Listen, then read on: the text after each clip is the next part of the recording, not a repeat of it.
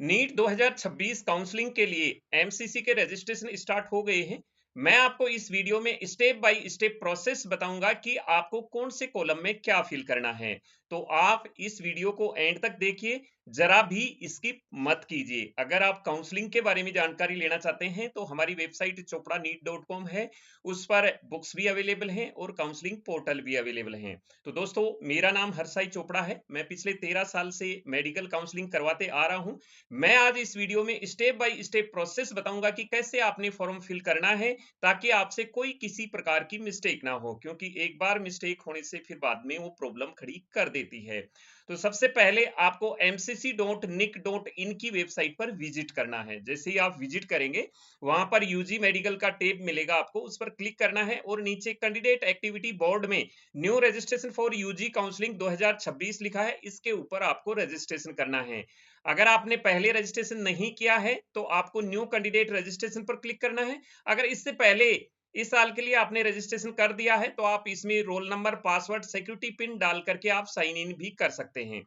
तो मैंने अभी तक रजिस्ट्रेशन नहीं किया है, मैं न्यू कैंडिडेट रजिस्ट्रेशन पर क्लिक करूंगा। यहाँ पर जैसे ही क्लिक करूंगा, हमारे सामने यहाँ इंस्ट्रक्शंस आ जाएंगे कि पासवर्ड आपको कैसे सेट करना है, किन किन स्टेप्स में ये फॉर्म कंप्लीट होगा, फीस कितनी डिपॉजिट होगी, इमेज कौन कौन सी अपलोड करनी है, किस उसमें जेपीजी फॉर्मेट में करनी है या पीडीएफ में, ये सारा का सारा इंस्ट्रक्शंस यहाँ दिया गया है। रिपोर्टिंग के टाइम में क्या क्या डॉक्यूमेंट्स चाहिएगा, तो ये सारे यहाँ दिया गया है। लास्ट में कंसेंट दिया गया है, आई एग्री पर क्लिक करेंगे। इन सबको आपने पढ़ लेना है और प्रोसीड टू एप्लीकेशन पर क्लिक करेंगे। आगे जैसे ही क्लिक करेंगे, यहाँ पूरा का पूरा कंसेंट आ जाता है। Candidate name, application number, roll number, mother name, जो रजिस्ट्रेशन के टाइम में दिया जाएगा, ये मैंने पढ़ लिया है और कंफर्म कर दिया है। चेक ऑल पर यहाँ क्लिक करना है, एग्री पर क्लिक करना है।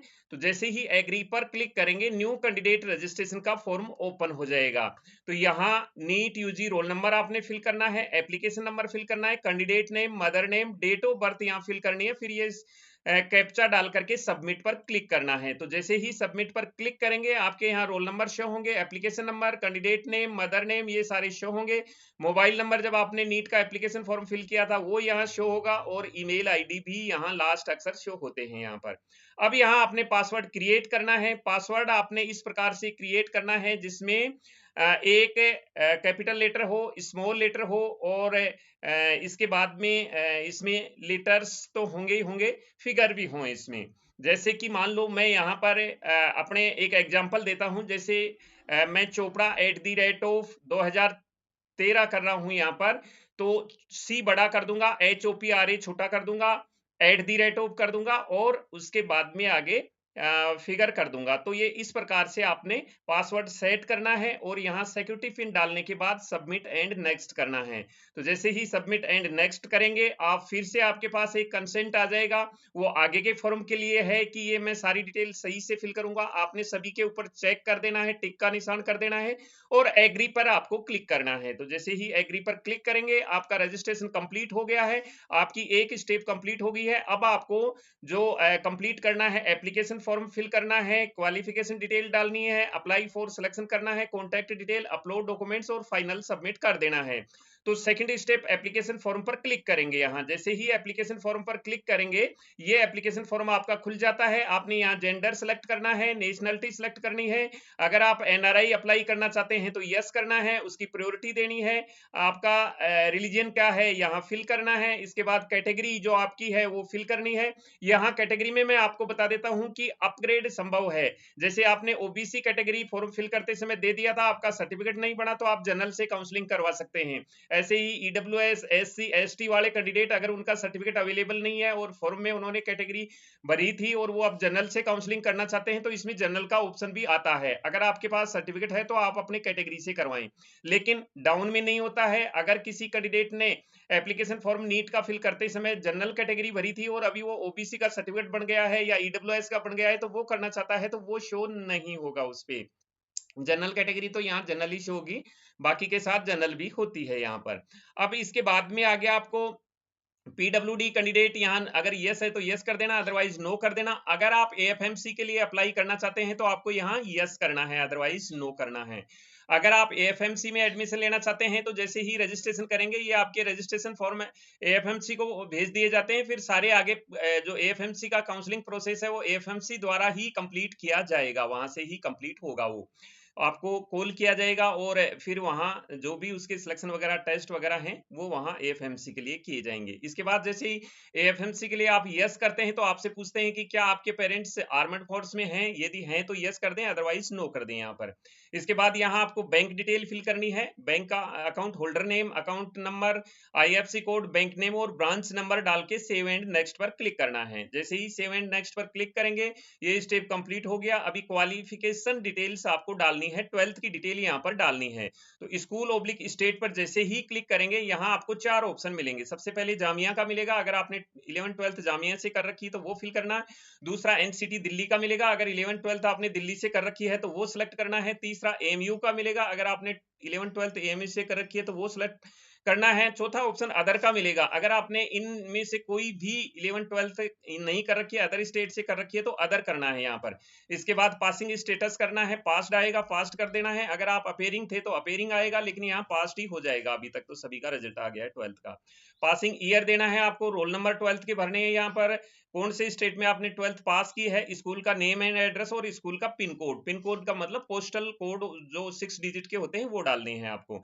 इसके बाद में सब्जेक्ट वाइज मार्क्स डालने हैं, फिजिक्स के मार्क्स डालने हैं, केमिस्ट्री के मार्क्स डालने हैं, बायोलॉजी के डालने, मैक्सिमम डाल के ऑब्टेन मार्क्स जितने आपने प्राप्त किए हैं वो डालने हैं यहाँ पर। यहाँ ऑटोमेटिक परसेंटेज आ जाएगी। इसके बाद में आपको सेव एंड नेक्स्ट करना है। तो जैसे ही सेव एंड नेक्स्ट पर क्लिक करेंगे आप, यहाँ अप्लाई फॉर सिलेक्शन का टेब आ जाएगा। यहाँ आपको ध्यान रखने वाली बात है कि अगर आप 15% ऑल इंडिया कोटा के लिए काउंसलिंग करवा रहे हैं गवर्नमेंट के लिए, तो आपको ऑल इंडिया 15% और ओपन सीट ये दोनों ही फिल करनी है। कभी कभी स्टूडेंट ओपन सीट को छोड़ देते हैं जिससे वो एम्स के लिए अप्लाई नहीं कर पाते हैं। तो अगर गवर्नमेंट के लिए कर रहे हैं तो वो ऑल इंडिया कोटा 15% ओपन पर क्लिक कर देंगे। अगर इसके साथ बीएससी नर्सिंग की भी करवाना चाहते हैं तो उस पर क्लिक कर देंगे। अगर डिम्ड की करवाना चाहते हैं तो डिम्ड पर क्लिक कर देंगे। और अगर एएफएमसी की करवाना चाहते हैं तो एएफएमसी का पहले आपने वहां टिक किया है तो यहाँ ऑटोमेटिक टिक हो जाएगा। यहाँ आपकी फीस शो होगी। अगर आप जनरल और ओबीसी ईडब्ल्यूएस के लिए कर रहे हैं तो 5500 रुपए आएगी, और सॉरी जनरल के लिए यहाँ 11,000 रुपए होगी। इसके बाद डिम्ड के लिए 2,05,000 होगी। ये सिक्योरिटी मनी यहाँ आपकी डिपॉजिट होगी। जैसे ही आप यहाँ सेलेक्ट करोगे यहाँ सिक्योरिटी मनी दिखाई दे देगी आपकी चॉइस के अकॉर्डिंग। अब सेव एंड नेक्स्ट पर आप क्लिक करेंगे, यहाँ कोरस्पोंडेंस एड्रेस डालेंगे। कोरस्पोंडेंस एड्रेस और परमानेंट एड्रेस सेम है तो इस पर टिक कर देंगे। अगर अलग अलग है तो नीचे परमानेंट एड्रेस डाल करके सेव एंड नेक्स्ट पर क्लिक करेंगे तो आपकी कॉन्टैक्ट डिटेल फिल हो जाएगी। अब इसके बाद में आपको यहाँ बैंक की पासबुक या फिर चेकबुक यहाँ पर क्लियर फोटो यहाँ अपलोड करनी है, जिसमें स्टेटमेंट ऑनलाइन बैंक का स्टेटमेंट उसके अंदर ये अपना दर्शाया गया हो, अगर आप पासबुक कर रहे हैं यहाँ लगा रहे हैं तो। अदरवाइज आप कैंसल्ड चेक लगा सकते हैं यहाँ पर। तो कैंसल्ड चेक लगा करके यहाँ चूज फाइल पर क्लिक करेंगे। आपके कंप्यूटर पे पड़ी है, वहां से पीडीएफ में 20 से 500 केबी के बीच में आपको इसको अपलोड करनी है। अपलोड एंड प्रीव्यू पर क्लिक करेंगे, सेव एंड नेक्स्ट पर क्लिक करेंगे। यहाँ पर जैसे ही सेव एंड नेक्स्ट पर क्लिक करेंगे आपके पास ये ऑप्शन आएगा। अगर आप इसको देखना चाहते हैं तो क्लिक हेयर फॉर व्यू पर क्लिक करेंगे, अदरवाइज दोबारा अपलोड करना चाहते हैं तो उसको रिमूव कर देंगे और री अपलोड कर देंगे इस बटन से। अपलोड फाइनली एंड नेक्स्ट पर क्लिक करेंगे, आपके पास पूरा आपके एप्लीकेशन फॉर्म का प्रीव्यू आ जाएगा। यहाँ पर आपने पूरा चेक करना है, एक बार पूरा का पूरा चेक करना है। आपके रोल नंबर वगैरह, नेम वगैरह, आपकी all India rank, address, 12th की डिटेल, ये सारी की सारी आपने चेक करनी है। जो आपने पासबुक या फिर कैंसिल चेक लगाया है वो भी यहाँ आप एक बार देख लें। ये पूरी की पूरी आपने डिटेल चेक करनी है। अगर इनमें कोई गलती है तो प्रीवियस स्टेज में जाकर के आप उसको ठीक कर सकते हैं। इसके बाद में यहाँ डिक्लेरेशन पर क्लिक करेंगे, चेक पर टिक का निशान कर देंगे, सेव एंड फाइनल सबमिट पर क्लिक करेंगे। तो जैसे ही सेव एंड फाइनल सबमिट पर क्लिक करेंगे यहाँ से आपको रजिस्ट्रेशन फीस पे करनी है। पे रजिस्ट्रेशन फीस पर क्लिक करेंगे। यहाँ पर जब तक आप रजिस्ट्रेशन फीस पे नहीं करते हैं तब तक आप चॉइस फिल नहीं कर पाएंगे। पे रजिस्ट्रेशन फीस पर क्लिक करेंगे, यहाँ पर आपकी जो भी एप्लीकेबल फीस है वो यहाँ शो हो जाएगी। अगर डिम्ड के लिए कर रहे हैं तो 2,05,000 होगी।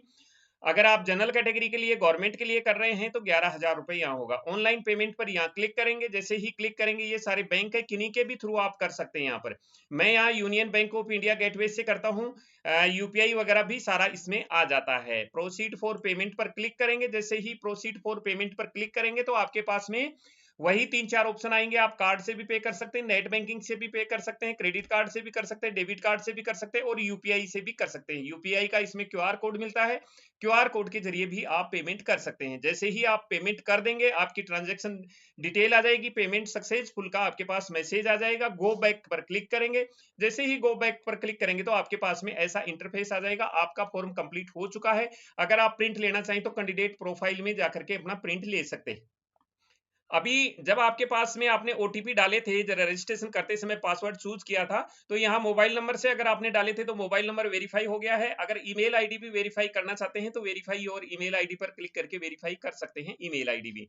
तो इस प्रकार का इंटरफेस आएगा आपके पास। जैसे ही आपकी चॉइस फिल स्टार्ट होना शुरू हो जाएंगी, जब मैं ये वीडियो बना रहा हूँ तब तक स्टार्ट नहीं हुई है, जैसे ही ये चॉइस फिलिंग स्टार्ट हो जाएंगी, यहाँ चॉइस फिलिंग का ऑप्शन है, इस चॉइस फिलिंग के ऑप्शन पर आप क्लिक करेंगे। जैसे ही क्लिक करेंगे तो आपको सारी चॉइसें शो कर देंगी और यहाँ से आप चॉइस फिल कर सकते हैं।